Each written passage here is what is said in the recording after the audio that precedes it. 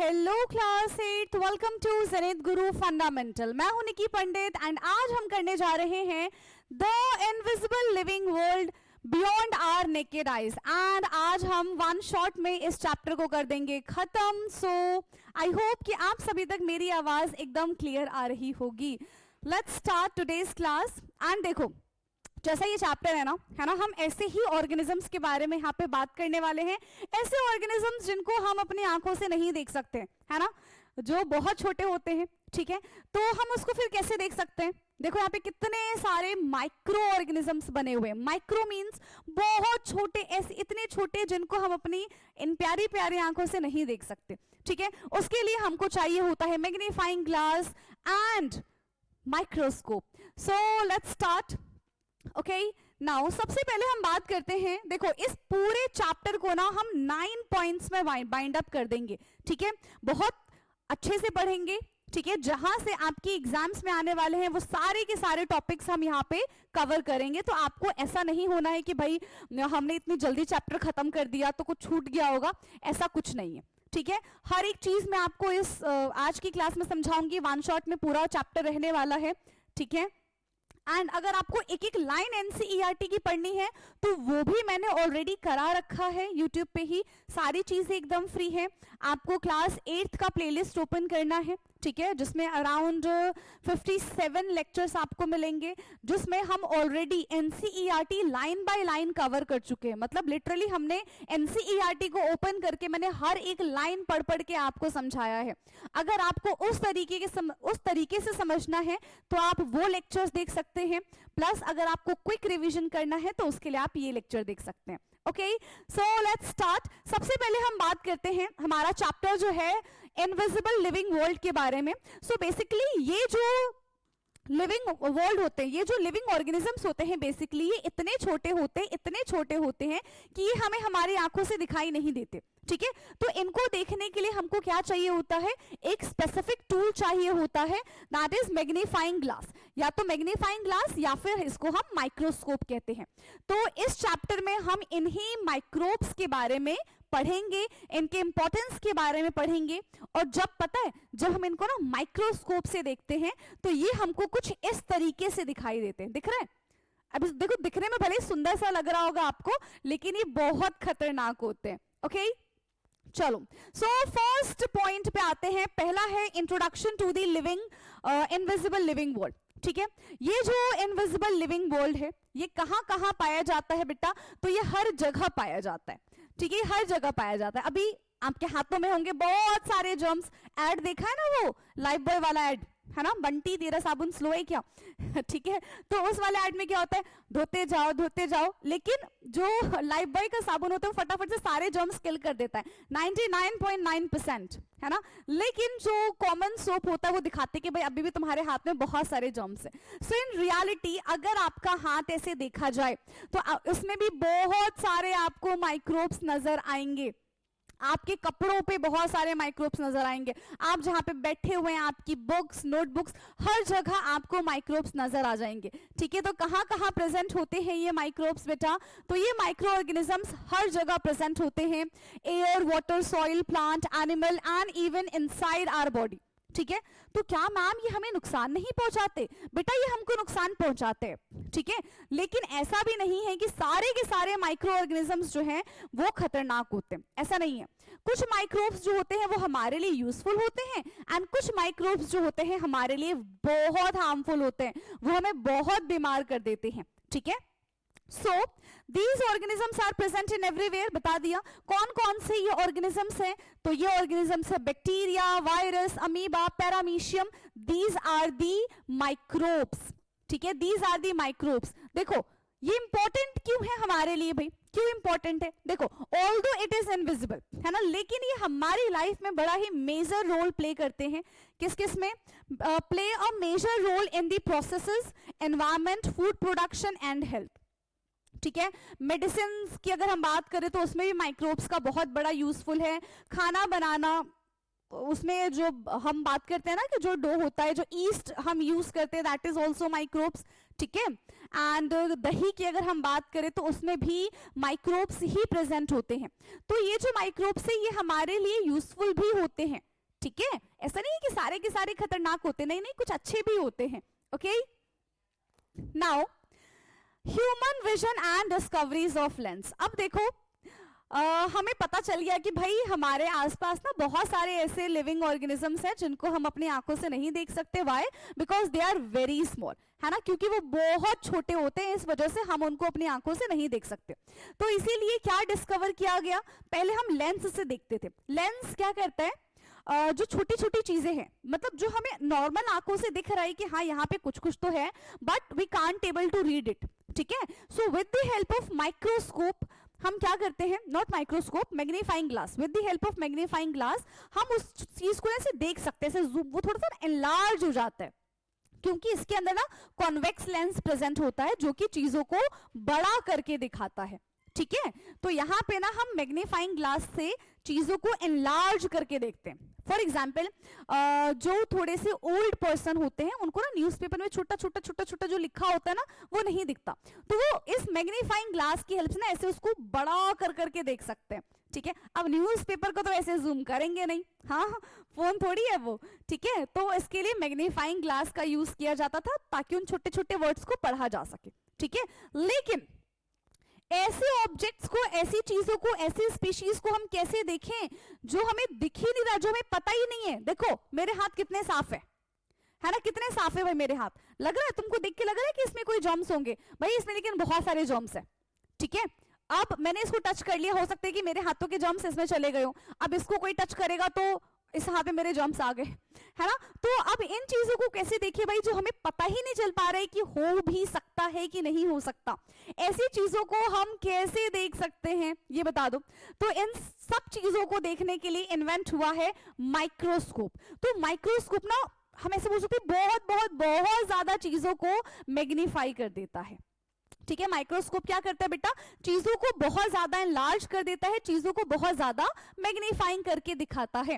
So scientist discover that curved glass, जिसको हम lens कहते हैं, कैन मैग्नीफाइंग ऑब्जेक्ट, ये चीजों को ना बड़ा करके दिखाता है, ये है हमारा मैग्नीफाइंग ग्लास। ठीक है, चीजों को बड़ा करके दिखाएगा। Lenses bent light and make small object appears bigger. ठीक है, ये क्या करता है, सारे लाइट को एक जगह इकट्ठा करके, ठीक है, चीजों को हमें एनलार्ज करके दिखाता है। And this discovery led to the invention of magnifying glass and microscope. तो देखो मैग्नीफाइंग ग्लास से हम कौन सी चीजें देख सकते हैं जो ऑलरेडी थोड़ी बहुत हमको पता है कि हाँ ये चीज यहाँ पे लिखी हुई है, बट हमको नजर नहीं आ रही है क्योंकि हमारा तो हमें दिखता नहीं है, है ना। तो हम मैग्नीफाइंग ग्लास से वो चीज देख सकते हैं, बट ऐसी चीज जो हमको भाई दिख ही नहीं रही, जो हम मानने को ही तैयार नहीं है कि यहाँ पे ये चीज हो सकती है, ठीक है, तो वो और ज्यादा और छोटे छोटे छोटे माइक्रोब्स को देखने के लिए हम माइक्रोस्कोप का इस्तेमाल करते हैं।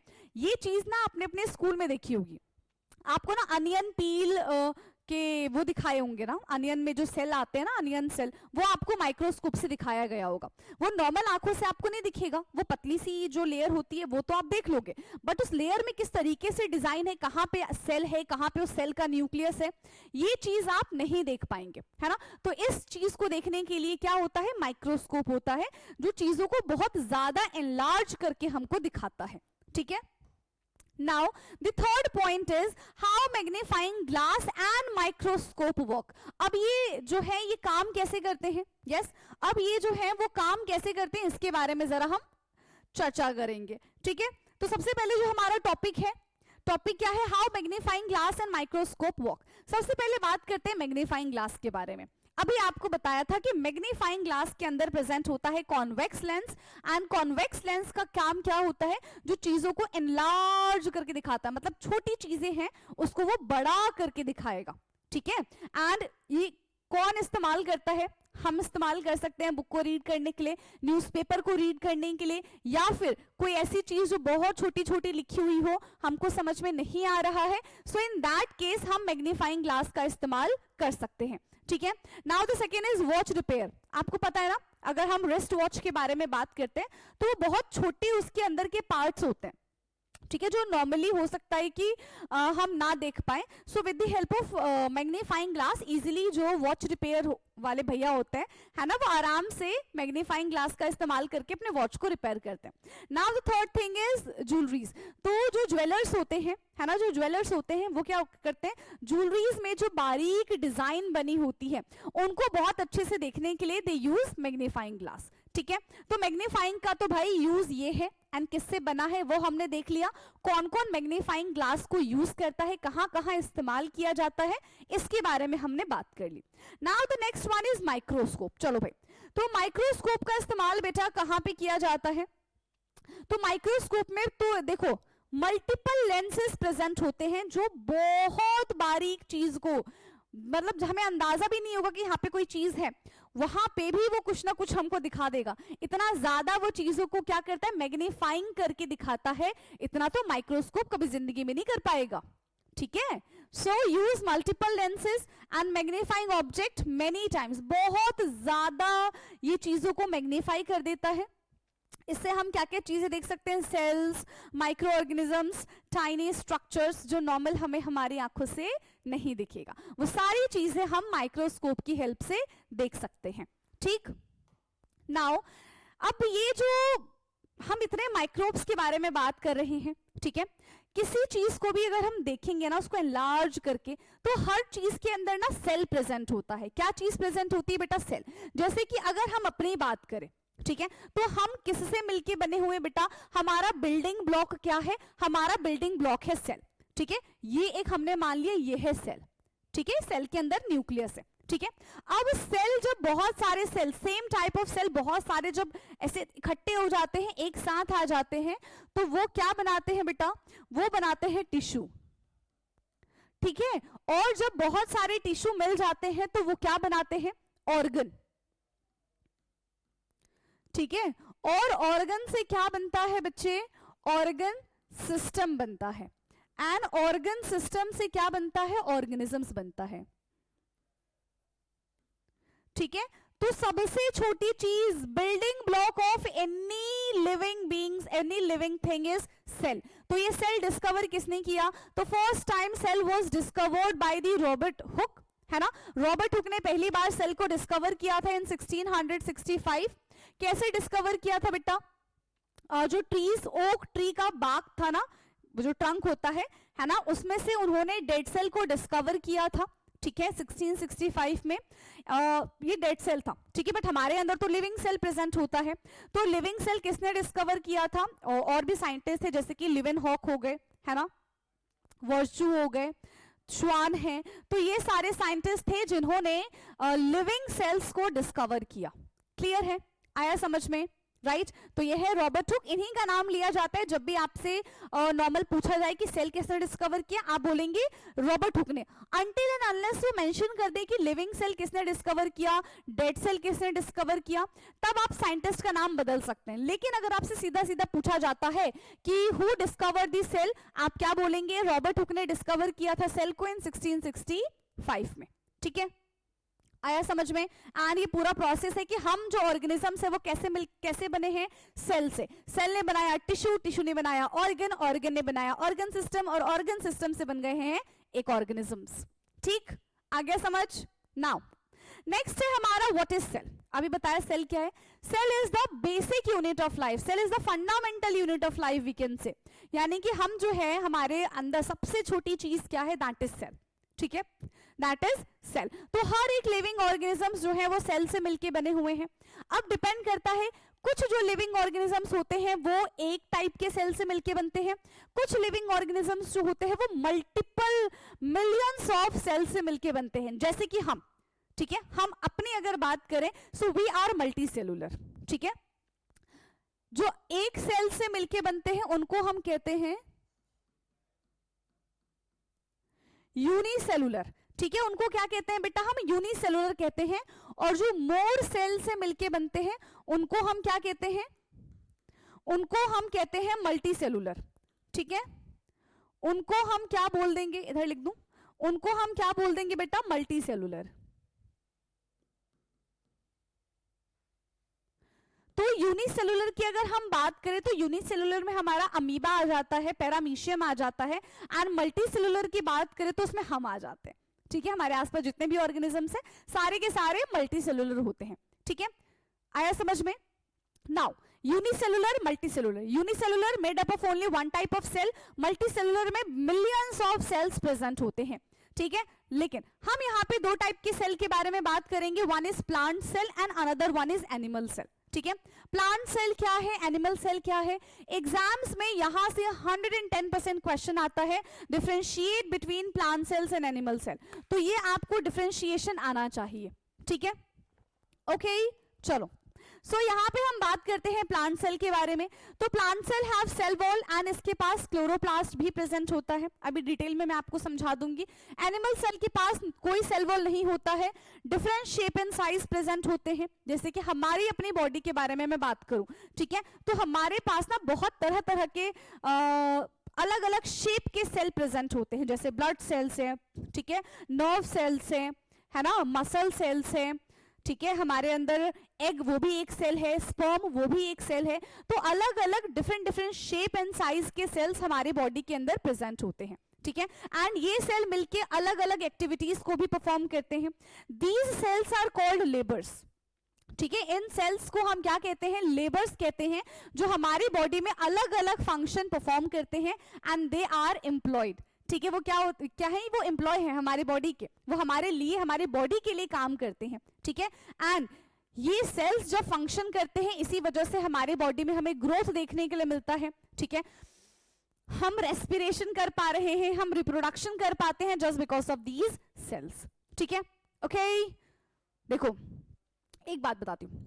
ठीक है, आप अपने भाई बहन से लड़ाई कर लेते हो, एक मुक्का आपको तेज पड़ता है, ऐसे तेज मुक्का पड़ा, यहाँ पे नीला पड़ेगा। वो नीला क्यों पड़ जाता है बेटा? क्योंकि आपके वहां के सारे सेल्स गए हैं ना, सेल्स तो गए हो।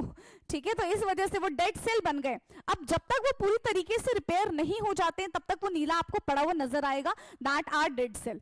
ठीक है, तो सेल देख लो कितना इंपॉर्टेंट है, बहुत इंपॉर्टेंट है सेल हमारे लिए। ठीक, चलो, सो ये हमारे पास प्लांट सेल्स है एंड एनिमल सेल्स है। ठीक है, क्या क्या चीजें प्रेजेंट होती है प्लांट सेल्स में एंड क्या क्या चीजें प्रेजेंट होती है एनिमल सेल्स में, इसके बारे में हम बात करेंगे। तो सबसे पहले देखो इसके पास क्या क्या चीजें प्रेजेंट है। देखो इसके पास, हमारे पास न्यूक्लियस, तो देखो सबके पास प्रेजेंट होगा, चाहे कोई सा भी सेल क्यों ना हो, हर एक सेल के पास न्यूक्लियस प्रेजेंट होता है। Nucleus is the brain of a cell. ठीक है, जैसे हमारा दिमाग है ना, इधर है कि नहीं है, कि खाली हो गया है? ठीक है, मैं मान रही हूँ है। तो सबके पास जैसे ब्रेन होता है, वैसे ही न्यूक्लियस के पास भी ब्रेन होता है। एंड न्यूक्लियस का नहीं, हाँ, सेल के पास ब्रेन होता है, और सेल का ब्रेन कौन है? न्यूक्लियस है।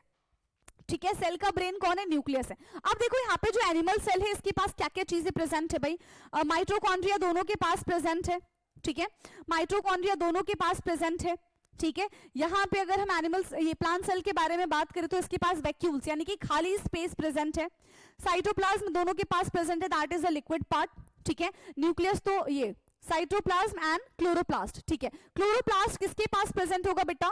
प्लांट सेल के पास क्लोरोप्लास्ट प्रेजेंट होता है, एनिमल सेल के पास क्लोरोप्लास्ट प्रेजेंट नहीं होगा। ठीक है, न्यूक्लियस दोनों के पास है, and cell membrane, the outer part of the cell is known as cell membrane. ठीक है, जो बताता है कि कौन सी चीज एक सेल के अंदर आनी चाहिए एंड कौन सी चीज एक सेल से बाहर जानी चाहिए। सो सीएम है ये, है ना। ऐसे ही एक सेल मेम्ब्रेन होता है। ठीक है, एक सीएम होता है, एक पीएम होता है। ठीक है, तो ये डिसाइड करते हैं कि सेल के अंदर कौन सी चीज आनी चाहिए एंड सेल से बाहर कौन सी चीज जानी चाहिए। फिर हम बात करते हैं सेल वॉल के बारे में। तो एनिमल सेल में कोई सेल वॉल प्रेजेंट नहीं होता, जबकि प्लांट सेल में सेल वॉल प्रेजेंट होता है। तो ऐसा क्यों है? क्योंकि प्लांट को ना ज्यादा प्रोटेक्शन चाहिए, प्लांट्स मूव नहीं कर सकते, प्लांट्स लोकोमोशन नहीं कर सकते। ठीक है, तो अपनी स्ट्रेंथ को बढ़ाने के लिए, अपने आप को रिजिड करने के लिए, स्ट्रॉन्ग बनाने के लिए दे नीड सेल वॉल। ठीक, आया समझ में? तो ये डायग्राम आपको अपनी नोटबुक में बनाना है, सुंदर सुंदर हाथों से उनको अच्छे से लेबल करना है, एंड ये डिफरेंस आपको बस एक बार पता चल जाए तो मजा ही आ जाएगा। ठीक है, ये डिफरेंस अगर आपको एक बार पता चल जाएगा तो मजा आ जाएगा। तो आपको पूरे में से पूरे नंबर मिलेंगे, चाहे 3 नंबर का क्वेश्चन हो, चाहे 2 नंबर का क्वेश्चन हो, चाहे 5 नंबर का क्वेश्चन हो। ठीक है, animal cell, plant cell with diagram, अगर 5 नंबर में भी आते तो 5 में से 5 पूरे। ठीक है, चलो सो फटाफट से जरा कंपैरिजन देख लेते हैं plant cells and animal cells में। तो सेल वॉल, प्लांट सेल में देखो सेल वॉल प्रेजेंट होता है, बट एनिमल सेल में सेल वॉल की कोई जरूरत नहीं होती है। शेप की अगर हम बात करें तो यूजुअली रेक्टेंगुलर, अभी मैंने आपको दिखाया था। प्लांट सेल्स जो होते हैं वो रेक्टेंगुलर होते हैं एंड एनिमल सेल कैसे होते हैं, ओवल शेप के होते हैं, राइट। नाउ यूजुअली राउंड और ओवल। क्लोरोप्लास्ट के बारे में बात करें तो प्लांट्स में ऑफ कोर्स क्लोरोप्लास्ट होते हैं, बट एनिमल्स में एज सच कोई क्लोरोप्लास्ट प्रेजेंट नहीं होता, ठीक। वैक्यूल्स के बारे में बात करें तो प्लांट में लार्ज वैक्यूल्स, वो कैविटी प्रेजेंट होती है, लेकिन एनिमल सेल में अगर होगा तो छोटा सा होगा, अदरवाइज वो एब्सेंट होगा, ठीक है, स्मॉल और एब्सेंट, ठीक है। फूड स्टोरेज के बारे में अगर हम बात करें तो store food as starch. Plant में खाना कहां पे स्टोर होता है, तो प्लांट में खाना स्टार्च में प्रेजेंट होता है। वहीं एनिमल्स की अगर हम बात करें तो एनिमल्स में खाना ग्लाइकोजन में प्रेजेंट होता है, ठीक है, स्टोर फूड एज ग्लाइकोजन, ठीक है। न्यूट्रिशन की बात करें तो भाई प्लांट्स अपना खाना खुद ही बनाते हैं, लेकिन हम जो है वो प्लांट्स पे डिपेंड करते हैं, ठीक है, depends on plants and animals. Centrioles की बात करें तो प्लांट्स में हमारा सेंट्रियोल्स एब्सेंट है, बट एनिमल्स में हमारा सेंट्रियोल्स प्रेजेंट है। So this is very very very important, है ना। आपको अपनी कॉपी में भाई animal cell and plant cell लिखना ही लिखना है, 100% लिखना है, ठीक है। चलो सो नेक्स्ट है हमारा 5th पॉइंट पे आते हैं, level of organisation in living being, ठीक है, जो कि ऑलरेडी मैं आपको बता चुकी हूँ, है ना। Level of organisations in living being के बारे में हम बात कर रहे हैं। सो बेसिकली जो एक लिविंग बीइंग है ना, वो कैसे सिस्टम से बना हुआ है। सबसे पहली चीज, सबसे छोटी चीज क्या होती है, what is the building block of any organisms, that is cell, है ना। सबसे पहले हम बात करते हैं बेटा सेल के बारे में, that is the smallest unit. फिर जब बहुत सारे सेल आपस में कंबाइन हो जाते हैं, सेम टाइप ऑफ सेल्स जब आपस में कंबाइन होते हैं, है ना, सो दे फॉर्म टिश्यू, एंड जब टिश्यू आपस में कंबाइन होते हैं तो दे फॉर्म ऑर्गन, ऑर्गन से बनता है हमारा organ system, and then they together make organisms, ठीक है। तो इस तरीके से आपको याद रखना है, ऑर्गन जैसे कि हार्ट है हमारा, लंग है, so these are the organ, and organ system कौन सा हो जाएगा, digestive system, respiratory system, circulatory system, so these are the organ system and we are the organisms, ठीक है। ये सारी की सारी चीजें कहाँ प्रेजेंट होती है, ये सारी की सारी चीजें हमारे अंदर ही प्रेजेंट होती है, okay. So this is very important. Cells में मसल्स, टिश्यू, ठीक है। फिर जैसे कि हार्ट की बात करें तो हार्ट में, हार्ट क्या करता है, सर्कुलेटरी सिस्टम करता है ना, कहाँ पे प्रेजेंट होता है, ऑफ कोर्स इन ह्यूमंस, ठीक है। चलो सो this is the 5th point, and now 6th point है माइक्रो ऑर्गेनिजम्स। सो माइक्रो मतलब होता है बहुत बहुत बहुत छोटा, एंड ऑर्गेनिजम्स का मतलब होता है लिविंग बीइंग्स, ठीक है, नॉट लिविंग थिंग्स हम बोल सकते हैं, ठीक है, बायोटिक, है ना, biotic. So extremely small organisms that can not be seen with our naked eyes, that is called microbes, है ना, जैसे कि बैक्टीरिया है, फंगाई है, प्रोटोजोआ है, एल्गे है, एंड वायरसेस है। So these are microorganisms, ठीक है। ये सारे के सारे क्या होते हैं, ये सारे के सारे माइक्रो ऑर्गेनिजम्स होते हैं, एंड इनको बहुत डिटेल में हम हायर क्लासेस में पढ़ेंगे, ठीक। सो देख रहे हो अभी दिखने में कितने सुंदर लग रहे हैं, बट रियल में ये सुंदर नहीं होते, ये बहुत खतरनाक होते हैं। आप ऐसे समझो ना, अभी जो कोविड आया था, ठीक है, आई नो तब आप बहुत छोटे रहे होंगे, बट आपको पता है ना कितना ज्यादा पैनिक सिचुएशन हो गया था। तो ये दिखने में भी भले ही आपको बहुत ऐसे सुंदर से लग रहे होंगे, बट इन रियलिटी इनके काम बहुत खतरनाक है, ठीक है, ये सुंदर नहीं है, बिल्कुल भी सुंदर नहीं है। Now next, where are they found, कहां पे पाए जाते हैं भाई, एवरीवेयर। कहां पाए जाते हैं बेटा, एवरीवेयर, हर जगह पाए जाएंगे, चाहे कुछ भी कर लो, हर जगह पाए जाएंगे। Air, water, soil, inside plants and animals. अभी मैंने बताया आपके हाथों में बहुत सारे जर्म्स है, चेक कर लो, ठीक है, चेक करो। नाउ नेक्स्ट है, अब अच्छा ठीक है, ये जो अभी मैंने कोविड के बारे में बता दिया भाई कि ये तो खतरनाक वाली मैंने बात बोल दी है ना। तो इंपॉर्टेंस क्या है माइक्रो ऑर्गेनिजम्स का, basically they are harmful and useful to, ठीक है। ये हमारे लिए हार्मफुल भी होते हैं, ये यूजफुल भी है, दोनों के दोनों ये रोल प्ले करते हैं, ठीक है। यूजफुल कैसे हैं, सबसे पहले उसके बारे में हम जानते हैं। So basically they used in food, जैसे कि हम लैक्टोबैसिलस के बारे में बात करें, ठीक है, तो lactobacillus is also a micro organisms, ठीक है, जो कहाँ पे पाया जाता है, जो कर्ड में पाया जाता है, ठीक है, जिसकी वजह से कर्ड जो है वो थिक हो जाती है, ठीक है। So microorganisms are very useful, ठीक है। ये एज अ डिकम्पोजर्स भी इस्तेमाल किए जाते हैं। ये डेड प्लांट्स एंड एनिमल्स को ब्रेक करने के काम करते हैं, ठीक है। सॉइल की फर्टिलिटी को इनहेंस करने में काम करते हैं। फूड प्रोडक्शन में हेल्प करते हैं, जैसे कि अभी बताया कर्ड में लैक्टोबैसिलस प्रेजेंट होता है। एंड ब्रेड को बहुत ज्यादा सॉफ्ट एंड फ्लफी बनाने के लिए हम ईस्ट का इस्तेमाल करते हैं। प्लस ये जो माइक्रो ऑर्गेनिजम्स हैं they used in medicine, they use as antibiotics and vaccine. जैसे कि आप सब ने कोविड की वैक्सीन ली थी, यस ली थी कि नहीं ली थी? तो वो जो कोविड की वैक्सीन है, तो उस वैक्सीन में आपको कोविड के ही वो वायरसेस मिलेंगे, ठीक है। तो ये बेसिकली जो और माइक्रोब्स है बेसिकली वो किससे मिलके बने होते हैं? वो उन्हीं वायरसेस से मिलके बने होते हैं, ठीक है। आ गया? तो उसके लिए हम वैक्सीन्स एंड एंटीबायोटिक्स का इस्तेमाल करते हैं। तो मेडिसिन में इनका इस्तेमाल होता है इन माइक्रो ऑर्गेनिजम्स का, ओके, ठीक है। नाउ अब ये हमारे लिए हार्मफुल है, ऑफ कोर्स ये हमारे लिए हार्मफुल है। क्यों? क्योंकि हमें बहुत खतरनाक बीमारियां कर देता है, ठीक है। जैसे कि कोलेरा के बारे में अगर हम बात करें, कहाँ गया ये देखो, कोलेरा हो गया, ट्यूबरक्लोसिस यानी कि टीबी हो गया। जब बहुत ज्यादा कहीं पानी जमा इकट्ठा हो जाता है, जम जाता है, तो वहां पे मच्छर वगैरह आ जाते हैं, ठीक है। सो दे कॉज मलेरिया। तो ये सारे के सारे माइक्रो ऑर्गेनिजम्स की वजह से ही डिजीजेस होती हैं, which is very very very harmful, ठीक है, जो वाकई बहुत ज्यादा खतरनाक होती हैं। नाउ अब हम बात करते हैं microorganisms in our lifes के बारे में। सो देखो, यूजफुल थिंग अगर मैं बताऊं तो yes it is used in agriculture, biofertilizers में इसका यूज किया जाता है, ठीक है। माइक्रो ऑर्गेनिजम्स की बात करें तो अल्कोहल, चीज, बेकरी आइटम्स, इन सब में माइक्रो ऑर्गेनिजम्स का यूज है। अभी हमने पढ़ा मेडिसिनल यूज है, वैक्सीन में, एंटीबायोटिक्स में इसका इस्तेमाल किया जाता है।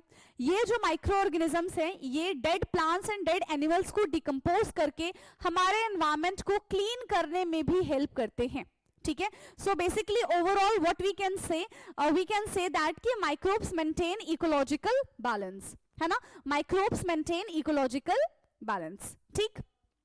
And now the last 9th point के बारे में अब हम बात करेंगे।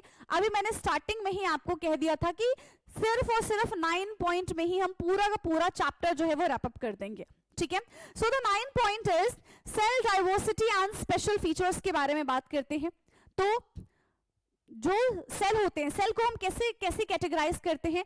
On the basis of number of cell, ठीक है। On the basis of number के बारे में अगर हम बात करें तो unicellular, multicellular, on the basis of their shape and size, ठीक है। शेप, साइज एंड फंक्शन के बेसिस पे भी हम किसको कैटेगराइज कर सकते हैं? यस जल्दी बता दो, किसको कैटेगराइज कर सकते हैं? सेल को कैटेगराइज कर सकते हैं।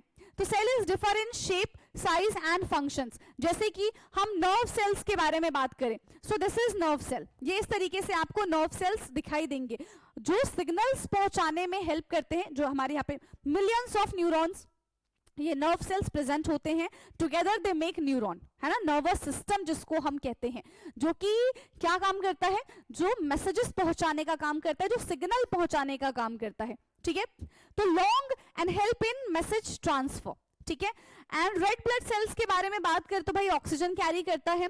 मसल सेल्स जो है वो हमें मूवमेंट करने में हेल्प करता है, ठीक है। मसल सेल्स जो है वो हमें मूवमेंट करने में हेल्प करता है।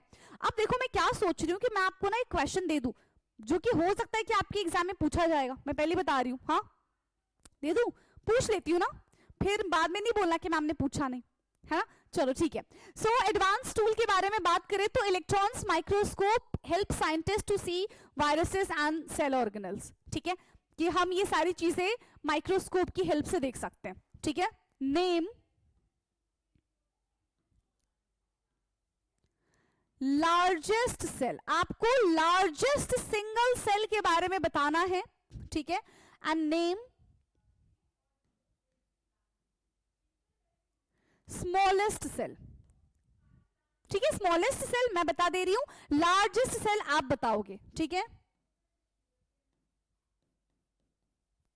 तो स्मॉलेस्ट सेल बेटा माइकोप्लाज्म है एंड लार्जेस्ट सेल ये आपका होमवर्क है, आप मुझे कमेंट में बता देंगे लार्जेस्ट सेल कौन सा है, ओके। सो इसी के साथ हमने ये अपना प्यारा सा चैप्टर कर लिया है खत्म एंड आई होप कि ये चैप्टर आपको समझ में आया होगा. सो विद इन 30 मिनट्स में हमने पूरा का पूरा ब्यूटीफुल सा चैप्टर कर लिया है खत्म.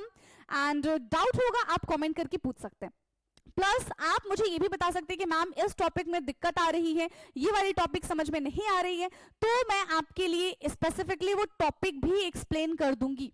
ठीक है, पूरा चैप्टर ना पढ़ के हम सिर्फ वही स्पेसिफिक टॉपिक पढ़ लेंगे, चाहे वो कोई सी भी चैप्टर का हो साइंस में.